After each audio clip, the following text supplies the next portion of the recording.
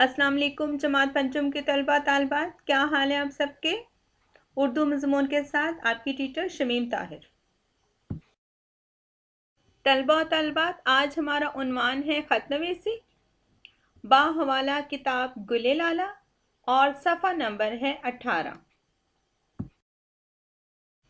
तलबा और तालबात, अब आपको ख़तनवीसी के हवाले से चंद अहम बातें बताई जाएंगी। तो सबसे पहले है, ख़त एक तहरीरी मुलाकात है, यानी लिख कर किसी से मुलाकात करना, जिससे हम अपने ख्यालात से एक दूसरे को आगाह करते हैं और हम लिख कर अपने ख्यालात एक दूसरे को बताते हैं। इसे आधी मुलाकात भी कहा जाता है और ख़त को आधी मुलाकात इसलिए कहा जाता है कि बेशक हम आमने सामने बैठकर बात नहीं करते, लेकिन हम लिख कर अपनी बातें अपने दोस्तों को या अपने अजीज़ व कारब को बताते हैं। फिर है नंबर 2 पर, जिसे ख़त लिखा जाए उसके रुतबे का लिहाज रखा जाए, यानी जिसे हम ख़त लिख रहे हैं उसके मर्तबे और मुकाम का ख्याल रखना चाहिए। अगर वो बड़ा है तो आपके ख़त से एहतराम और अदब का ज़ाहिर होना ज़रूरी है, और अगर वो आपका दोस्त है, हम जमात है, तो आप बेतकल्लुफ़ी भी इख्तियार कर सकते हैं। और अगर वो आपसे छोटा है जिसे आप ख़त लिख रहे हैं, तो शफ़क़त और मोहब्बत का इजहार भी आप कर सकते हैं। ठीक है, तो जैसे अब अगर आप अपने वालिद साहब को ख़त लिख रहे हैं तो आप प्यारे मोहतरम किबला व काबा वालिद साहब लिख सकते हैं। इसी तरह से अगर अम्मी जान, खाला जान वगैरह को ख़त लिख रहे हैं तो आप प्यारी मोहतरमा वालदा साहिबा, प्यारी खाला जान, इस तरह से भी आप लिख सकते हैं। ठीक है, उसके बाद है, ख़त में गैर ज़रूरी बातें ना लिखें, यानी जो आप जिस हवाले से आप ख़त लिखना चाहते हैं आप उसी को ख़त में तहरीर करें। गैर ज़रूरी बातें लिखने से इज्तनाब बरतें, क्योंकि ख़त में सिर्फ वही बातें लिखी जाती हैं जिनका लिखना बेहद ज़रूरी हो। फिर है नंबर 4, ख़त साफ कागज़ और खुश ख़त तहरीर करें। जिस पर आपने ख़त लिखना है वो कागज़ साफ सुथरा होना चाहिए और खुश ख़त तहरीर करें। खुश ख़त का मतलब है अच्छी लिखाई में आप ख़त तहरीर करें, ताकि पढ़ने वाला बआसानी आपका ख़त पढ़ सके। फिर है नंबर 5, ख़त में छोटे जुमले लिखें और तवील जुमलों से गुरेज करें, यानी आप जब भी ख़त लिखें तो आप उसमें मुख्तसर जुमले लिखें, बहुत ज़्यादा तवील जुमले ना लिखें, ताकि पढ़ने वाला बआसानी आपके ख़त लिखने का मकसद समझ सके। तो ये थी चंद अहम बातें ख़तनवीसी के हवाले से जो कि आपको बताई गई। चलिए जनाब, अब शुरू करते हैं ख़त के अहम हिस्से। ख़त आमतौर पर मंदरजा ज़ैल हिस्सों पर मुश्तमिल होता है। तो सबसे पहले है ख़त लिखने वाले का पता और तारीख। जो ख़त लिख रहा है वो ख़त के सबसे ऊपर दाएं जानिब अपने घर का मुकम्मल पता बमाए तारीख के तहरीर करेगा।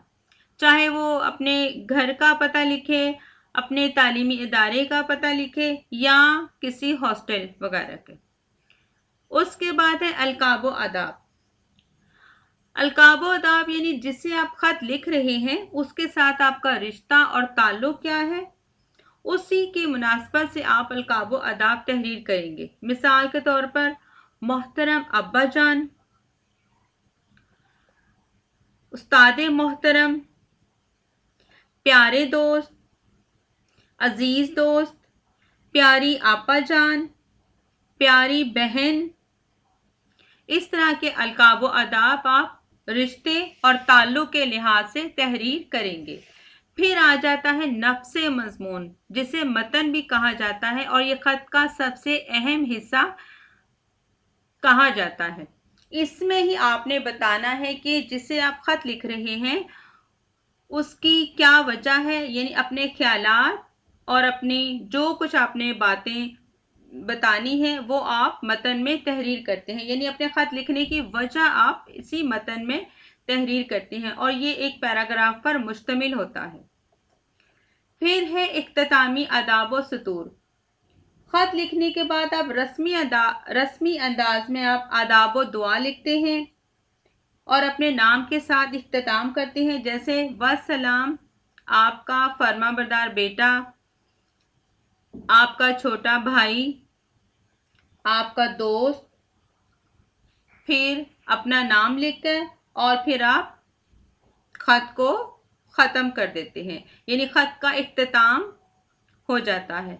तो ये थे ख़त के अहम हिस्से और इनकी मदद से आप एक बहुत अच्छा ख़त तहरीर कर सकते हैं। तलबा तलबात, अब आप अपनी किताब गुले लाला का सफ़ा नंबर 18 खोलें। इसमें ये ख़त मौजूद है, इसको आप गौर से देखें, ठीक है, कि इसमें क्या लिखा गया है और इसमें कौन सी अहम बातें हैं जो ख़त नवीसी के हवाले से आपको बताई गई हैं। आपने इन सब को बहुत तवज्जो से पढ़ना है, ठीक है, और ताकि आप जान सकें कि आपने ख़त किस तरह से तहरीर करना है। तो आप सब तवज्जो से ख़त की पढ़ाई सुने, ताकि इसको पढ़ने के बाद आपको जो आज उन्वान दिया जाएगा ख़त लिखने के लिए, आप उसके मुताबिक ख़त तहरीर कर सकें, ठीक है। तो अब शुरू करते हैं ख़त की पढ़ाई। सबसे पहले है जनाब अपना पता। अब आपने जो ख़त लिख रहा है वो अपना पता तहरीर करता है। इसमें पता दिया गया है मिल्लत high school, 204 Gulgasht colony, Multan. फिर है मुकम्मल तारीख, यानी जिसे मोरखा भी कहते हैं, 2 अप्रैल 2019। फिर है अलकाब, यानी आपने जिसको ख़त लिखना है उसके ओहदे और रुतबे का आपने ख्याल रखना है। अब यहाँ पे लिखा गया है प्यारे अब्बा जान। अलकाब के बाद हम अस्सलाम वालेकुम लिखते हैं और अस्सलाम वालेकुम के साथ हम अलामत ताज्जुब का निशान लगाते हैं। अलामत ताज्जुब को इंग्लिश में एक्सक्लेमेशन मार्क भी कहते हैं और ये निशान उस वक्त लगाते हैं जब खुशी, हैरत या रंज का इजहार किया जाए, जैसे वाह वाह कैसा सुहाना मौसम है। वाह वाह के बाद हम अलामत ताज्जुब का निशान लगाते हैं। तो उसके बाद फिर हम अस्सलाम वालेकुम के बाद हम नफ्स मज़मून की तरफ आते हैं। तो अब ये नफ्स मज़मून की पढ़ाई आप तवज्जो से सुने कि इसमें क्या लिखा गया है। उम्मीद है आप खैरियत से होंगे। ख़त्मा, अल्लाह के फजल से यहाँ भी खैरियत है।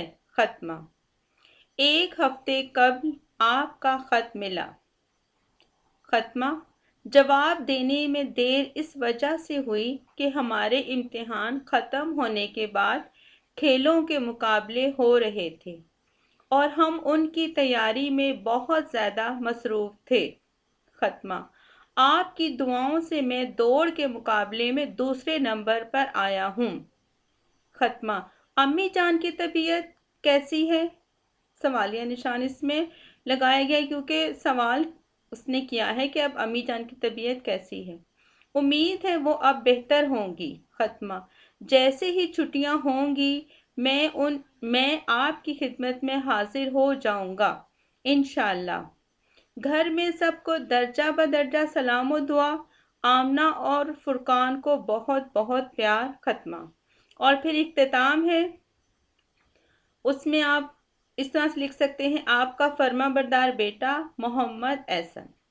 तो इस तरह से आपने एक ख़त तहरीर करना है और अब आपको जो उन्वान दिया जा रहा है आज का, इसी ख़त को मद्देनज़र रखकर आपने ख़त तहरीर करना है।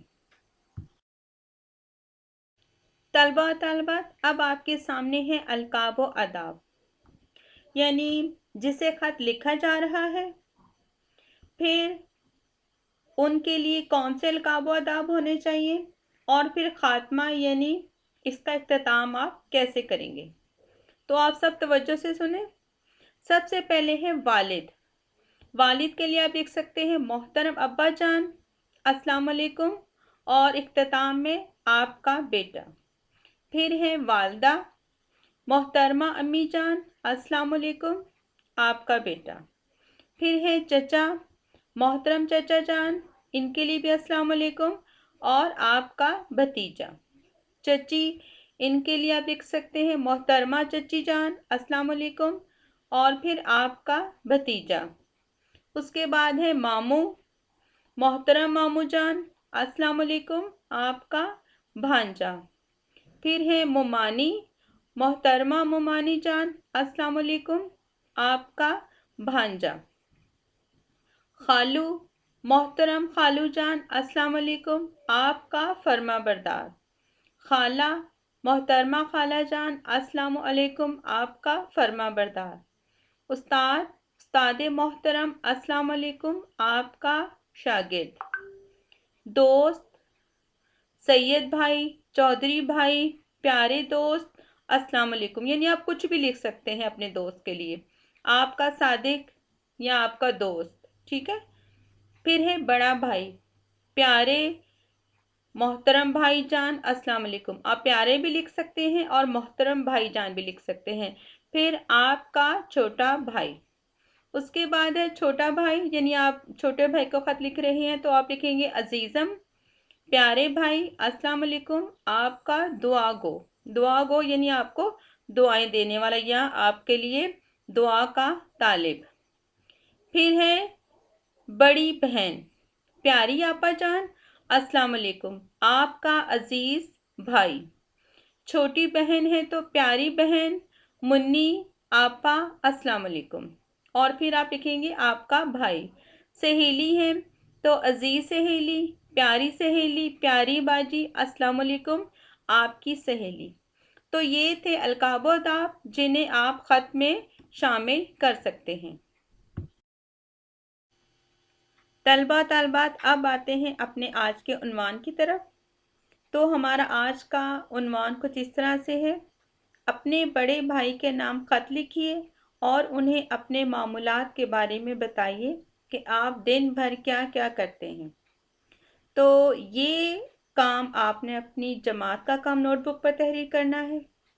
आपने मोरखा लिखना है, यौम, जमात का काम, फिर आपने हाशिया लगाना है और उसके बाद ख़त का उन्वान तहरीर करना है, फिर आपने ख़त लिखना है।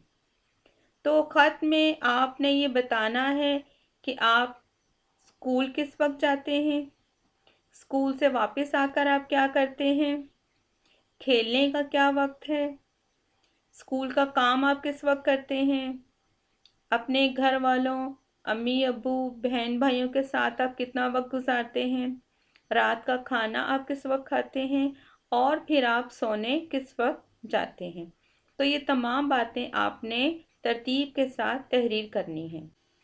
तो तलबा तलबात, ये था हमारे आज के ख़त का उन्वान जो आपने अपने बड़े भाई के नाम तहरीर करना है और उन्हें अपने मामूलात के बारे में बताना है कि आप दिन भर क्या क्या करते हैं। तो इसके साथ ही हमारे आज के लेसन का वक्त इख्तिताम पज़ीर हुआ।